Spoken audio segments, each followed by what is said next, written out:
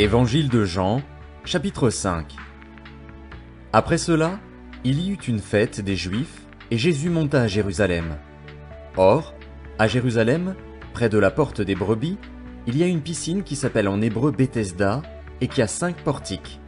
Sous ces portiques étaient couchés en grand nombre des malades, des aveugles, des boiteux, des paralytiques, qui attendaient le mouvement de l'eau, car un ange descendait de temps en temps dans la piscine et agitait l'eau.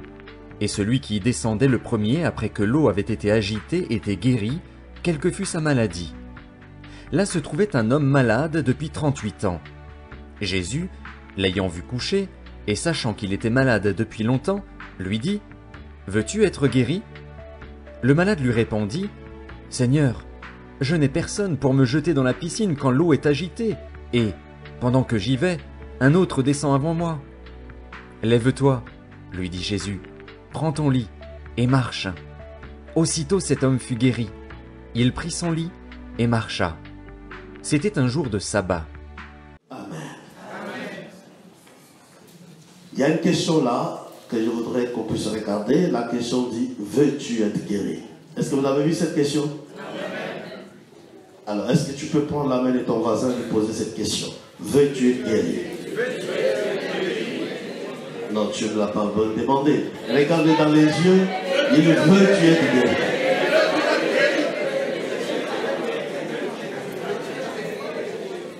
Vous savez, le Nouveau Testament a été écrit en grec. Le seul mot traduit par guéri veut dire plusieurs choses en même temps. Veux-tu être délivré? Veux-tu être sauvé? Veux-tu être béni? Veux-tu... Alors demande-lui ce que tu penses. Veux-tu être guéri? Veux-tu être restauré?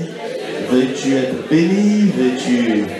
Veux-tu être prospère? Veux-tu? Demande-lui.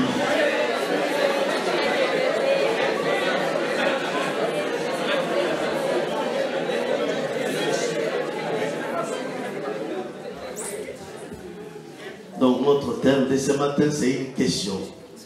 Veux-tu être guéri?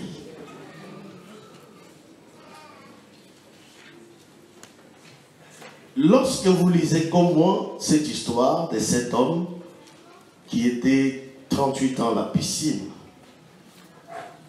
vous allez remarquer 2 choses. La première chose, la Bible nous parle juste d'un homme qui était assis à la piscine. Du début à la fin, lorsque vous lisez, vous ne trouverez pas les noms de cet homme. On ne dit pas qui était son nom, son prénom, mais on nous parle d'un homme qui était à la piscine depuis 38 ans. Est-ce que cet homme n'avait-il pas une identité? Si, il avait une identité. Mais pourquoi la Bible ne nous parle pas qu'il y avait un homme qui s'appelait Simon, qui s'appelait Jean? On nous dit seulement qu'il y avait un homme malade depuis 38 ans. C'est parce que sa maladie avait remplacé son identité. Donc si cet homme est devenu connu dans la Bible, c'est parce que sa maladie avait juste remplacé son identité. Et c'est ce que le diable fait lorsqu'il vient attaquer la vie de quelqu'un. La première des choses que le diable fait, c'est quoi? Il lui ravit l'identité. Lorsque le diable vient dans ta vie, la première des choses, il te vole ton identité. Et il te colle un problème qui devient ta référence. Et ce problème devient ton identité. Si on vient dans les quartiers et qu'on vient te chercher, on cite ton nom, on dit qu'on ne les connaît pas. Mais quand on cite ton problème, on dit oui. Nous les connaissons. Peut-être que ce matin, tu es dans le même cas. Lorsqu'on pense à toi, on pense à un problème. Il y a un problème qui est collé à ton identité. Mais ce matin, Dieu va faire quelque chose. il va te restituer ton identité. Tu n'as pas entendu cette prophétie. J'ai dit, Dieu va te restituer ton identité. Tu n'as pas compris. J'ai dit, le Seigneur va te restituer ton identité. Deuxième remarque. On dit, il était malade depuis 38 ans. Donc la maladie de cet homme était plus vieille que l'âge même de Jésus. Parce que Jésus a commencé le ministère à 30 ans et il a fini à 33 ans et demi. Mais cet homme, lui, était malade depuis 38 ans. Donc une maladie plus vieille que Jésus. Mais j'ai une bonne nouvelle pour toi. Quel que soit l'âge de ton problème, Dieu va te surprendre ce matin. Quel que soit l'âge de ton problème, nous avons un Dieu qui traite les problèmes les plus vieux. Quelqu'un n'a pas compris. Si ton problème a 10 ans, mon Dieu est puissant. Si ton problème a 20 ans, mon Dieu est puissant. Si ton problème a 100 ans, mon Dieu est puissant. Il est plus fort que l'âge de ton problème. Lorsque nous sommes dans des problèmes, le diable nous fait croire que tellement que le problème est vieux, il ne peut plus finir. Or, c'est un mensonge. Amen. Active ta foi ce matin, même si c'est une maladie pour laquelle on a fait 100 jours de jeûne, on a fait 1000 jours de veillée, active ta foi ce matin. Tout est possible à celui qui croit. Lève ta main et dit je crois. Maga, lève ta main et dit je crois. Tu sais que tu n'as pas parlé, dis je crois. Parle plus fort, dis je crois. Dis ce matin, quel que soit l'âge de mon problème, mon Dieu interviendra. Est-ce que tu le crois? Est-ce que tu le crois? Pourquoi ce monsieur a fait 38 ans là où les gens étaient guéris chaque jour? C'est là le vrai problème. Parce que là, l'ange de Dieu descendait de temps en temps.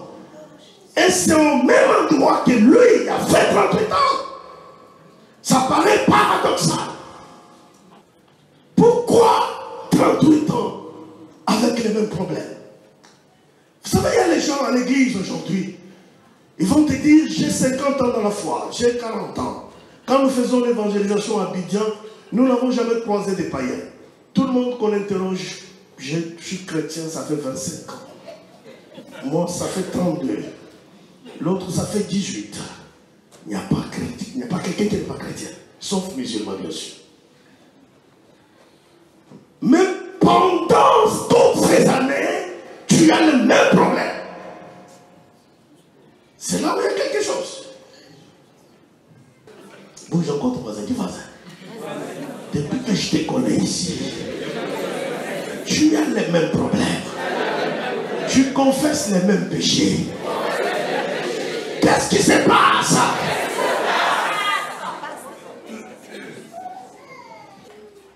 Il y avait 3 raisons qui ont bloqué cet homme 38 ans sans être guéri. Et ce sont ces 3 raisons qui bloquent beaucoup de chrétiens étant à l'église. Ils ne voient pas la main de Dieu. Première raison qui a bloqué cet homme pendant 38 ans, c'était l'esprit d'habitude. Quelqu'un dit avec moi, l'esprit d'habitude. Je n'ai pas entendu. Plus fort. Encore plus fort. En fait, ce monsieur était devenu l'habitué de la piscine. Ce qui bloque beaucoup de chrétiens d'être à l'église et de ne pas être bénis, la première des choses, l'esprit d'habitude. En fait, ils sont devenus habitués avec Dieu. La façon dont tu viens vers Dieu, c'est de la même façon que Dieu viendra vers toi. Je réponds, je dis, la façon dont tu viens vers Dieu, c'est de la même manière que Dieu viendra vers toi. Vous avez beaucoup de gens, ils viennent à l'église par habitude. D'autres même servent Dieu par habitude. Lorsque tu fais les choses de Dieu par habitude, tu ne vas pas voir sa gloire.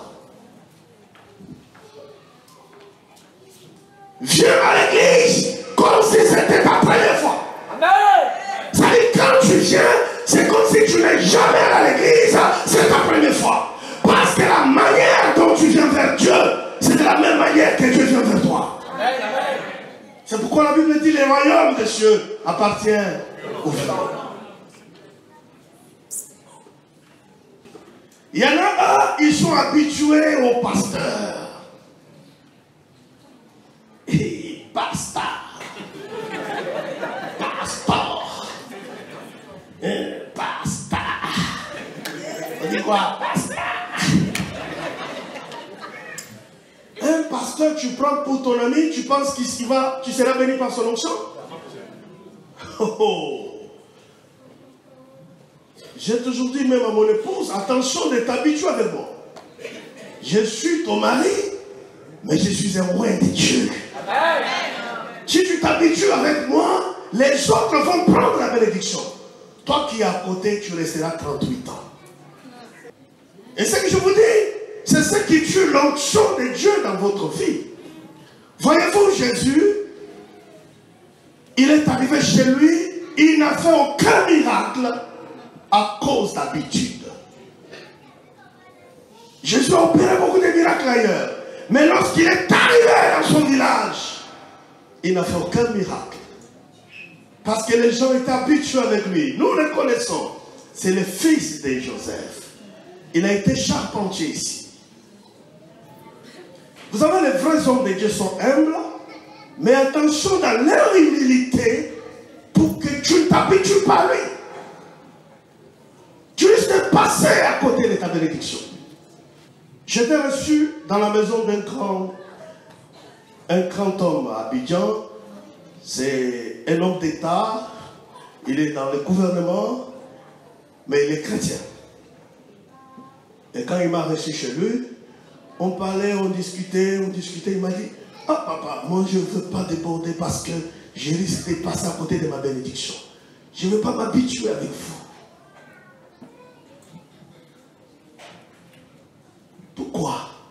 Parce que quand tu commences à voir un homme de Dieu comme un homme ordinaire, tout ce que Dieu a mis sur lui, tu ne vas pas le recevoir.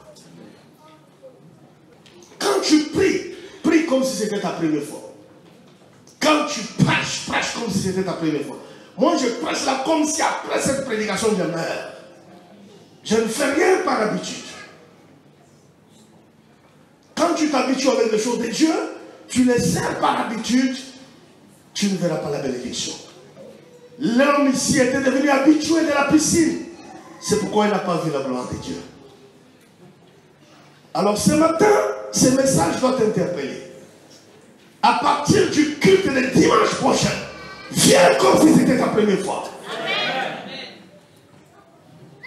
Et quand tu retournes chez toi avant de dormir, prie comme si c'était ta première fois. Quand tu brises l'habitude, le miracle s'introduit. Quand les gens témoignent, souvent c'est le nouveau. Regardez-moi bien, même si on fait une croisade ici, vous verrez c'est les nouvelles personnes qui témoignent. J'étais guéri, j'ai reçu un miracle. Mais les vieilles personnes regardent, oh mais moi je connais des pasteurs.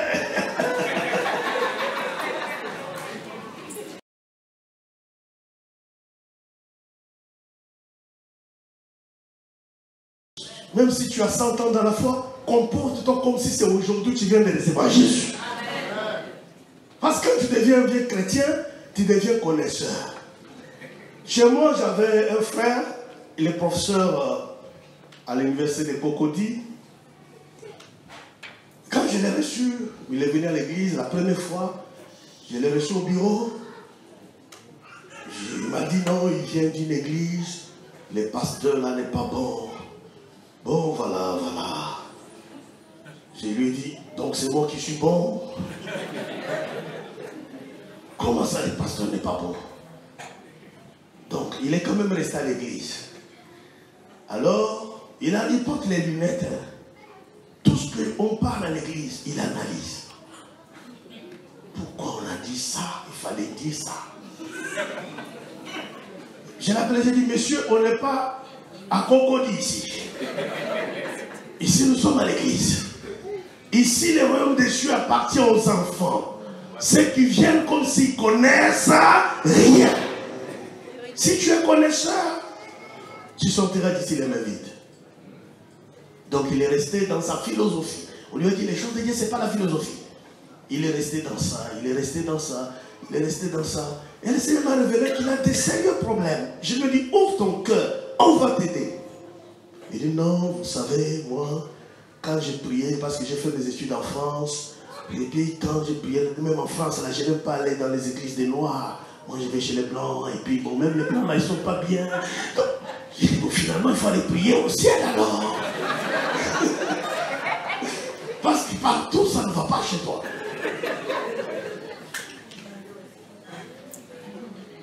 Et un jour, j'étais en voyage, on me dit, les messieurs, ça ne va pas, je retourne. Je le vois cloué ici, de l'hôpital.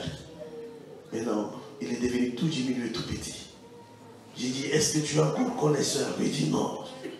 Maintenant, tu as besoin de l'intervention de Dieu? Oui. On a prié, il s'est relevé. Et il a été transformé depuis. Deuxième chose qui est bloquée, vous le trouverez dans sa réponse. Jésus lui pose la question. Veux-tu être guéri? À cette question, qu'est-ce qu'on répond? Oui. Ou soit non. Mais lui, il fait toute une dissertation. Seigneur, moi je n'ai personne. Ça veut dire toutes ces années qu'il était là, il attendait que quelqu'un vienne les soulever et les jeter dans l'eau. Donc la deuxième chose qui les bloquait, c'était l'esprit de dépendance. Quelqu'un dit l'esprit de dépendance. Encore plus fort.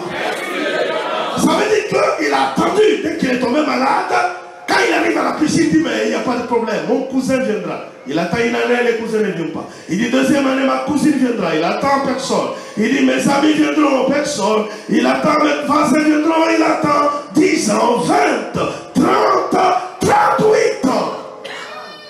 Beaucoup de gens échouent dans la vie parce qu'ils ont l'esprit de dépendance. Ils veulent toujours dépendre de quelqu'un. Je n'ai personne pour m'aider. Je n'ai personne, je n'ai personne.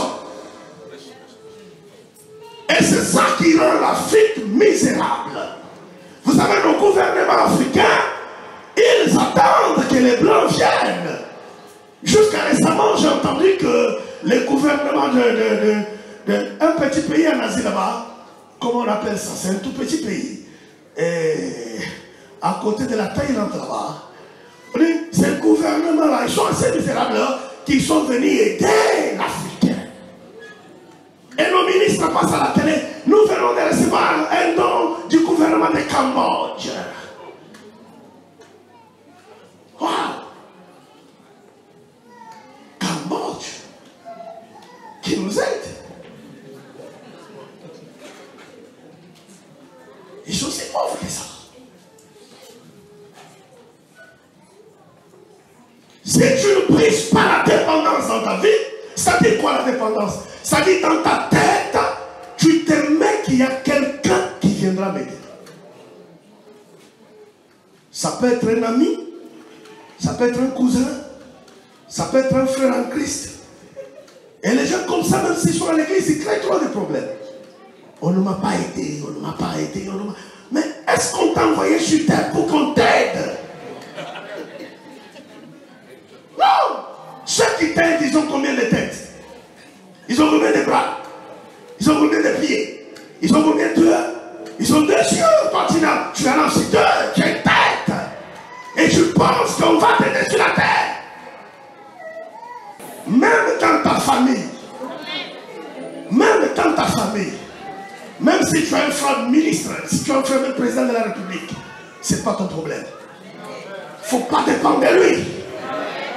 Pourquoi? Parce que quand tu dépends de l'homme, tu seras déçu. La Bible dit, maudit soit l'homme qui se confie en l'homme. Mais c'est celui qui se confie en l'Éternel, car il ne sera jamais confondu. Quand tu te confies dans l'homme, tu verras qu'est-ce qu'est l'homme. Quand j'étais étudiant, J'étudiais en droit et j'avais mon frère qui travaillait déjà à l'époque, qui avait un grand salaire, il était directeur. Donc, il avait des voitures de service. Et je devais passer mon dernier examen. Je l'ai appelé, je lui ai dit qu'il faut l'argent. Il m'a dit, il n'y a pas de problème. Il faut combien? Passe lundi matin. Avant d'aller au cours, tu prends l'argent. Et moi, j'ai dit, oh, mon problème est réglé. Donc, je suis resté tranquille. Le lundi, j'ai dit, mais avant de partir, il faut que je l'appelle. J'attends d'appeler. Le téléphone de votre correspondant est soit éteint, soit on du permettre cellulaire. Aïe, peut-être c'est les réseaux, je vais insister. Ce téléphone n'est pas en service pour le moment. J'ai dit, j'ai failli maudire la femme qui parlait dans le téléphone. J'ai dit, cette femme, ferme la bouche. Le téléphone de vos correspondants est soit éteint, soit trop du permis cellulaire. J'ai dit, bon, je vais me déplacer quand même pour aller chez lui. J'arrive chez lui, sa femme me reçoit au portail, pas au salon. Il dit, tu es venu voir ton frère? Oh, il est en voyage, il est parti en Europe. J'ai dit, mais il ne m'a pas laissé quelque chose. Je dis, non, non. J'ai dit, bon, à la base, je ne peux pas trouver un numéro pour les joindre. Il dit, non, non, non. J'ai compris, maudit soit l'homme qui se confie. Vous savez, les versets, quand tu traverses, c'est là que tu vas bien les comprendre. Quand tu lis, tu ne comprends pas ça facilement. J'ai versé les larmes et j'ai échoué mon examen. Et je me suis dit, jamais, jamais, je ne dépendrai de personne. Et dès que j'ai mis ça dans ma tête, tout a changé. Je me suis dit, je vais dépendre d'une seule personne qui s'appelle Jésus. Amen. Mon frère a fermé les portables, mais il y a quelqu'un qui ne ferme jamais les portables. Même à minuit, il dit, invoque-moi. Même à 2 heures, invoque-moi. Même à 3 heures, invoque-moi. Même à 4 heures, invoque-moi. Cette personne s'appelle Jésus. Quand tu ne dépends que de lui, tu ne seras jamais, jamais, jamais, jamais. Mais quand tu dépends des hommes, tu vas faire 38 ans. Tu auras cheveux blancs en train d'attendre. Lève-toi du Seigneur. Tu n'as pas parlé du Seigneur. À partir d'aujourd'hui, je ne dépends que de toi. Parce qu'il y a certaines personnes, il y a certaines choses que Dieu permet dans ta vie pour que tu prennes conscience de qui tu es. Est-ce que je m'entends? Peut-être que tu n'as pas encore réalisé qui tu es. Dans ce pays, c'est toi qui vas aider les gens. Laisse-les croire que quelqu'un viendra t'aider. Troisième chose qui a bloqué ces messieurs, c'était les opportunités manquées. Quelqu'un dit les opportunités manquées. Encore plus fort. Les opportunités manquées. Encore plus fort. Les opportunités manquées. La Bible dit l'ange de Dieu descendait de temps en temps dans la piscine. Écoutez bien cette partie-là. L'ange n'avait pas d'heure. Il pouvait descendre à midi, à 2 heures, à 4 heures, à 5 heures. Il fallait seulement saisir l'opportunité et se jeter les primes. Les bénédictions de Dieu sont toujours conditionnées à quelque chose. Beaucoup de gens pensent que c'est en priant, bénis-moi, bénis-moi. Non, non, non, non. Dieu, c'est un Dieu de conditions. Même pour être sauvé, il y a une condition. Qu'est-ce qu'il faut? Il faut croire. La bénédiction de Dieu n'est pas comme ça. n'est pas une bénédiction dans les vides. Non. Elle est toujours conditionnée. Vous voyez ce que ça fait d'attendre un ange dont on ne sait pas à quelle heure il va venir. Il faut rester éveillé. Midi, l'ange ne vient pas à 13 heures. Peut-être ça à 2h30 que l'ange descendra. Maintenant, quand il descend, ce n'est pas tout. Il faut se jeter le premier. Or, il y a des centaines, des milliers de personnes.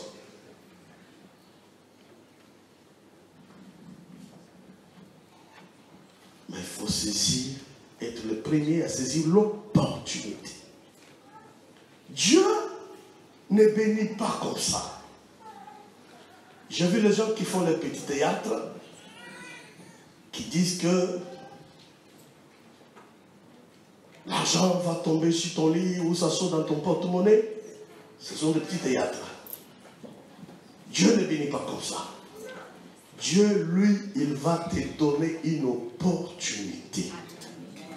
C'est à toi de saisir l'opportunité. Beaucoup de gens sont tels qu'ils sont à cause des opportunités manquées.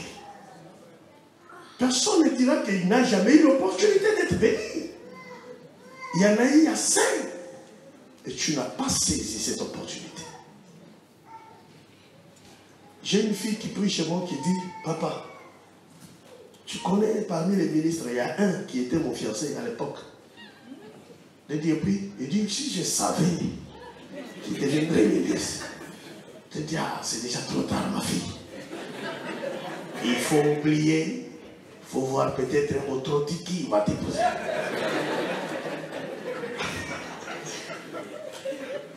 Parce que tu n'as pas saisi l'opportunité. Vous savez, il y a les jeunes filles aujourd'hui, les hommes viennent et tu as l'opportunité de te marier. Et moi,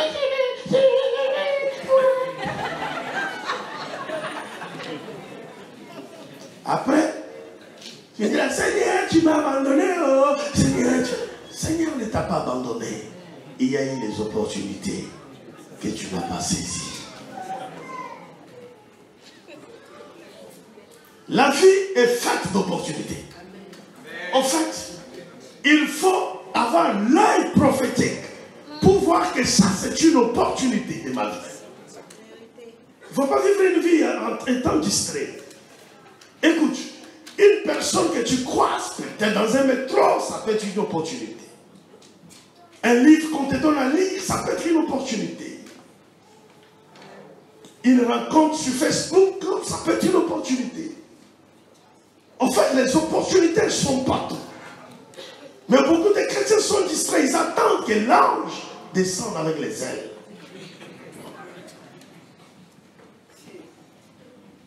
Quand tu te lèves matin, tu dis, Seigneur, place devant moi les opportunités et aide-moi à reconnaître les opportunités.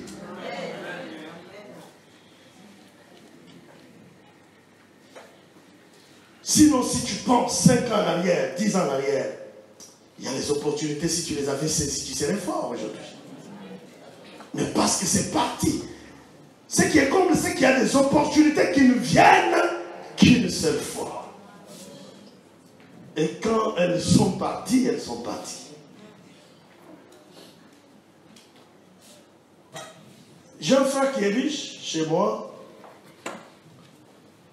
Il était avec les gens qui lui ont dit que il y a un monsieur qui est coincé et qui est en train de vendre les terrains. 300 000 ou je ne sais pas combien. Lui, il est allé emprunter l'argent. Il en a acheté 5 ou 10. Et 5 ans plus tard, il en a vendu à 45 millions. Et il est riche. Une seule opportunité. En fait, les opportunités, Dieu les place devant toi. Mais tu es tellement distrait que tu ne comprends pas le langage prophétique. Je suis venu ici en début de l'année, sûrement parce que Dieu veut ouvrir des opportunités devant toi cette année. Et je le crois du fond de mon cœur que Dieu va placer des grandes opportunités devant ta vie. Alors après 38 ans, Jésus arrive quand même.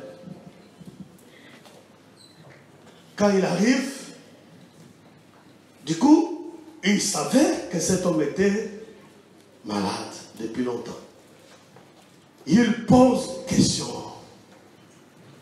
Veux-tu être guéri? En fait, cette question paraît banale. Pour quelqu'un qui a fait 38 ans, ça peut paraître comme une forme d'opportunité. il me pose une question comme ça, il sait. Veux-tu être guéri?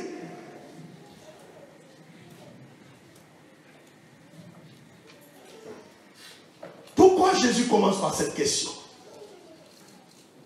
Parce que la bénédiction de Dieu est toujours liée à notre volonté aussi.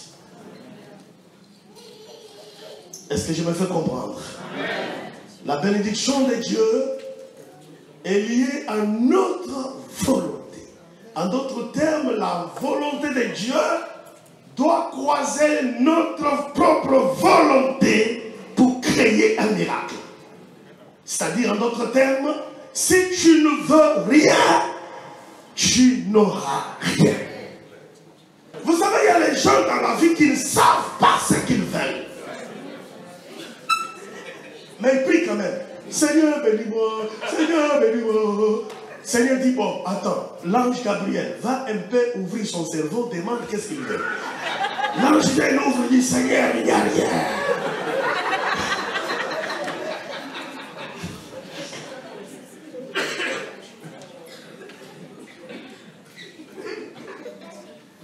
Vous savez, Dieu a donné à l'homme une force qu'il n'a pas donnée aux animaux. C'est la volonté. Le vouloir. C'est très important. Beaucoup de gens disent, quelle est la volonté de Dieu soit faite? Quelle est la volonté de Dieu soit faite? Oui, mais quelle est ta volonté toi aussi? Tu es quand même enfant de Dieu, n'est-ce pas? Même nos enfants à la maison, ils ont des volontés.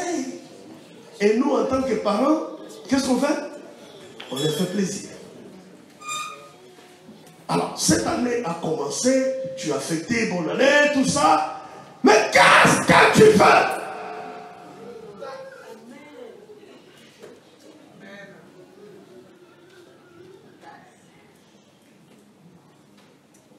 Vous savez, il y a des chrétiens qui n'ont même pas de projet. Dans son agenda, il n'y a rien. Tout ce qu'il a écrit dedans, que la volonté de Dieu soit faite. Si on dit quel est ton projet spécifique pour cette année, et pour 5 ans, et pour 10 ans, et pour 20 ans. Quelqu'un. En d'autres termes, ce matin, Jésus voulait demander à ces messieurs, active ta volonté, et j'activerai ma puissance.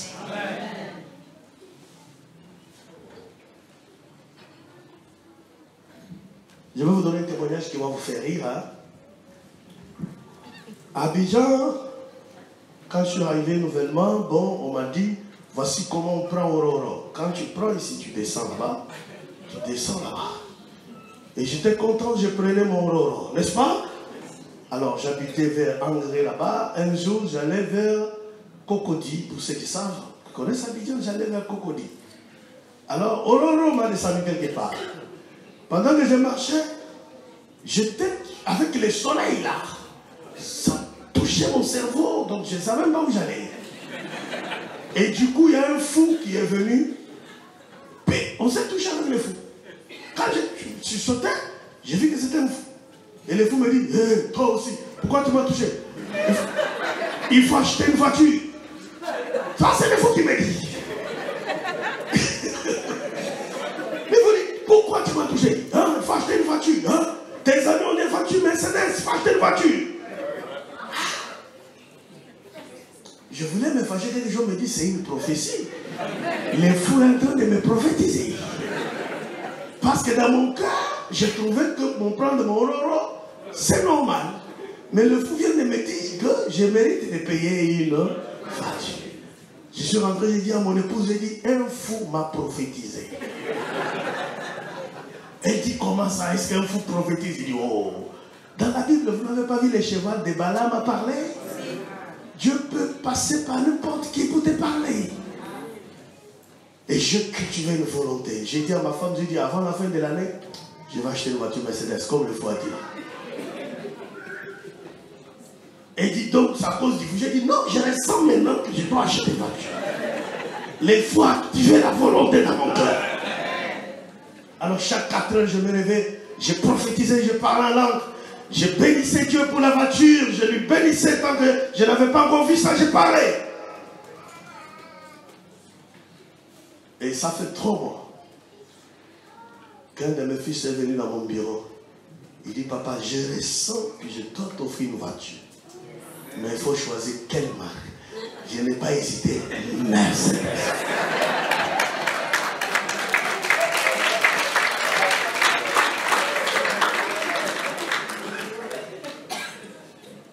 Et du coup, quand je suis monté dans la Mercedes, ma femme à côté, je lui ai dit, tu te rappelles de notre four.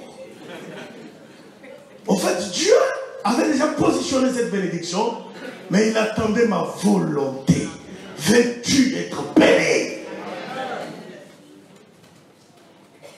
Alors tout ce que je reprends, tu vas reprendre seulement, je le veux. Veux-tu monter ta propre entreprise? Veux-tu être employé? Veux-tu être élevé dans cette année? Veux-tu devenir grand dans ce pays? Si tu le veux, lève ta main, dis Seigneur, je le veux. Tu sais que tu n'as pas parlé, dis Seigneur, je le veux. Ce matin, que Dieu te donne ce que tu veux. Je dis que Dieu te donne ce que tu veux. Que Dieu te donne ce que tu veux. Que Dieu te donne ce que tu veux. Tu es quand même son enfant, tu es son fils, tu es sa fille. Tu fais des sacrifices pour lui. Tu te lèves tôt pour venir adorer sa face. Alors je déclare que Dieu te donne ce que tu veux. Lève ta main et dis Seigneur, cette année, donne-moi ce que je veux. Tu n'as pas parlé, dis Seigneur, cette année, donne-moi ce que je veux. Alors ouvre tes yeux et regarde ton voisin. Dis-lui, voisin. Sérieusement. Qu'est-ce que tu veux? Vous savez, je sens l'onction de l'esprit dans la salle. Attention, tout ce que tu vas vouloir ce matin, Dieu va ouvrir les écluses des cieux pour les répandre à ta tête. Demande à ton voisin, qu'est-ce que tu veux? Je n'ai pas dit de demander 1000 choses ce matin. Ce matin, positionne une seule chose. Positionne une seule chose. Je vous ai dit que Dieu ne fait pas marcher son serviteur pour hier. Sûrement, il m'a envoyé ici pour 1 ou 2 personnes. Alors, positionne ça dans ta tête. Ce que tu veux avant qu'on arrive, la même date l'année prochaine. Dis Seigneur, je le veux. Tu n'as pas, quand tu dis tu le veux, si c'est une maison dans ta tête, tu le veux. Quand tu dis tu le veux, si c'est un nouveau travail, tu dis je le veux. Quand tu dis je le veux, si c'est un mariage, tu veux. Dis je le veux, tu es son enfant de Dieu. Parle du Seigneur, je le veux. Parle plus fort, dis Seigneur, je le veux. Vous savez, je vais vous donner 3 versets qui disent la même chose. Psaume 37, verset 4. Vous connaissez ça par cœur, non? Fais de l'Éternel tes délices. Il te donnera ce que ton cœur. Psaume 20, verset 4. Qu'il te donne ce que ton cœur désire. Psaume 145, verset 19. Il accomplit les désirs de ceux qui les craignent. Est-ce qu'il y a des gens qui craignent Dieu ici? Est-ce qu'il y a des hommes et des femmes qui craignent Dieu ici? Alors Dieu dit, il accomplit les désirs de ceux qui les craignent. Alors touche ton cœur, dis mon cœur. Quels sont tes désirs pour cette année 2019?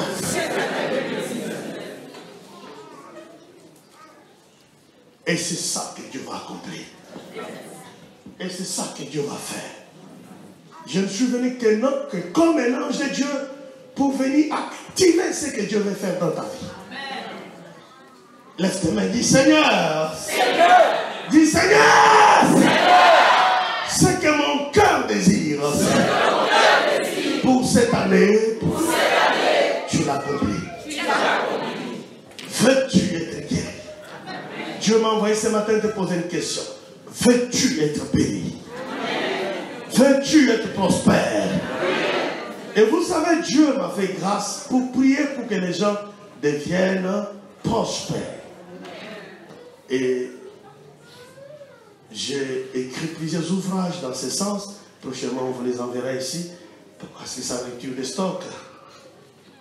Mais quand tu veux quelque chose de la part de Dieu, tu dois commencer à poser les actes dans le sens de ce que tu veux. Est-ce que vous m'entendez très bien? Quand tu veux une chose de la part de Dieu, commence à poser des actes dans le sens de ce que tu veux. Lorsque le fou a fini de prophétiser sur nous, moi et mon épouse, on a commencé à poser des actes. Avant que le frère vienne me demander qu'est-ce que je veux comme voiture, on a eu l'argent. Quand on a eu l'argent, la première des choses, j'ai dit à mon épouse, on ne va pas acheter la voiture, on va poser un acte pour Dieu. On a acheté des instruments complets comme ça, pour l'église, on a acheté des chaises. Nous, on n'a pas voulu qu'un fidèle vienne dire, j'ai donné ça. On a acheté la climatisation. Et ça nous a coûté plus de 15 à 17 millions. Et quand on a fini de faire tout ça, Dieu a envoyé ce qu'on voulait. Et à part ça, il y a eu plein de bénédictions qui coulent chaque année. Pourquoi? Parce que quand tu poses un acte, tu précipites ta bénédiction. C'est ça, ce qui fait que beaucoup de chrétiens prient beaucoup, mais ils ne voient rien. Parce qu'après avoir prié, il faut poser un acte. Lisez l'Ancien Testament, vous verrez qu'à chaque fois qu'Abraham adorait, il élevait un autel. À chaque fois qu'Isaac adorait, il élevait un autel. À chaque fois que Jacob adorait, il élevait un autel. Pourquoi? Parce que Dieu veut voir réellement que tu l'aimes. Amen. Aimer Dieu, ce n'est pas dans la bouche. Vous savez, l'argent, c'est là où se trouve l'argent, c'est là où se trouve le cœur de l'homme. Donc, Seigneur, je te donne mon cœur. Ça, c'est bien dans la chanson. Hein? Je te donne mon âme, je te donne mon cœur. Dis-moi, maintenant, on va acheter une salle pour Dieu. Est-ce que tu peux lui donner ton âme de 10 000 euros? Seigneur, ça c'est trop. J'ai aussi des problèmes. J'ai une famille à nourrir. Prends juste la chanson là.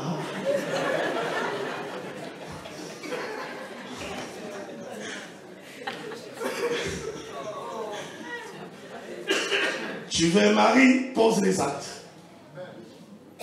qui vont précipiter ton mariage. Tu veux une entreprise, pose des actes. Pose des actes. Je sais de quoi je vous parle. Pose des actes. Cette année 2019, pose des actes. Nous prenons rendez-vous ici. Nous sommes aujourd'hui le 20. Alors, si nous nous croisons le 20 janvier 2020 et que tu poses les actes toute l'année et que tu n'es pas béni, viens me voir. Prends cette année comme une année spéciale où tu poses des actes comme un fou. Je pose des actes. C'est-à-dire, Dieu va te donner l'opportunité de poser des actes. N'hésite pas. Quand tu vois quelqu'un à côté de toi, il se plaint.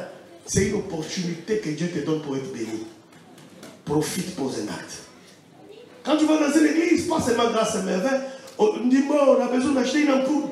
Et que toi, tu es là. C'est une opportunité que Dieu te donne pour poser un acte dans la direction de ta bénédiction. Ne te doute